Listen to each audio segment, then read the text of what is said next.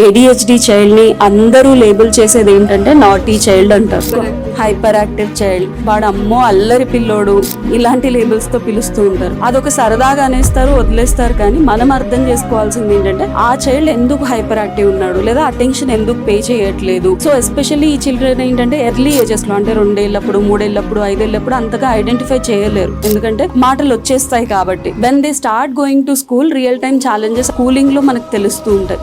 వేరే పిల్లల్ని కొట్టడం, టీచర్ లెసన్ చెప్పినప్పుడు చూడకపోవడం, రైటింగ్ డిఫికల్టీస్ ఉండడం, క్లాస్ రూమ్ లో కూర్చోకపోవడం. సో ఈ టైప్ ఆఫ్ ఛాలెంజెస్ ఎక్కువగా మనకి స్కూలింగ్ లో కనిపిస్తూ ఉంటాయి. సో ఇలా అంటే కిడ్ అటెన్షన్ పే చేయలేకపోతున్నాడు, ఒక దగ్గర కుదురుగా ఉండలేకపోతూ ఉన్నాడు, దేని మీద ఫోకస్ పెట్టట్లేదు అన్నప్పుడు ఆ సైన్స్ ని మనం ఐడెంటిఫై చేసుకొని ఆ కిడ్ లో ADHD ఉందా లేదా అనేది ఇమీడియట్ గా ప్రొఫెషనల్ హెల్ప్ తీసుకున్నట్లయితే కనుక ఆ కిడ్ ని మనం తొందరగా వాడిని రికవర్ చేయడము, వాడికి హెల్ప్ చేయడము అనేది చేయొచ్చు.